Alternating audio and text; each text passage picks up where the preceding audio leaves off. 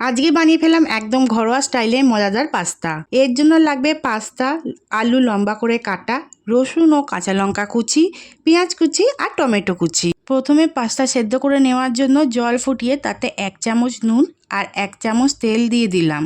পাস্তাটাকে 3-4 minute সেদ্ধ করে নিলাম। সেদ্ধ হয়ে গেলে পাস্তাটা ঠান্ডা জলে ভালো করে ধুয়ে নিলাম, যাতে পাস্তাগুলো একে অপরের সঙ্গে লেগে না যায়। তারপর সামান্য তেল মাখিয়ে 10 মিনিট রেখে দিলাম। এবার কড়াইয়ে তেল গরম করে প্রথমে দিয়ে দিলাম রসুন ও কাঁচা লঙ্কা কুচি, তারপর পেঁয়াজ কুচি দিয়ে একটু ভেজে নিয়ে লম্বা করে কেটে রাখা আলুগুলো দিয়ে দিলাম। পেঁয়াজ ও আলু দুটোই লাল লাল করে ভেজে নিলাম। তারপর দিয়ে দিলাম টমেটো কুচি, সঙ্গে সামান্য হলুদ গুঁড়ো, একটু লঙ্কা গুঁড়ো আর পরিমাণ মতো নুন, সব দিয়ে ভালো করে মিশিয়ে নিলাম।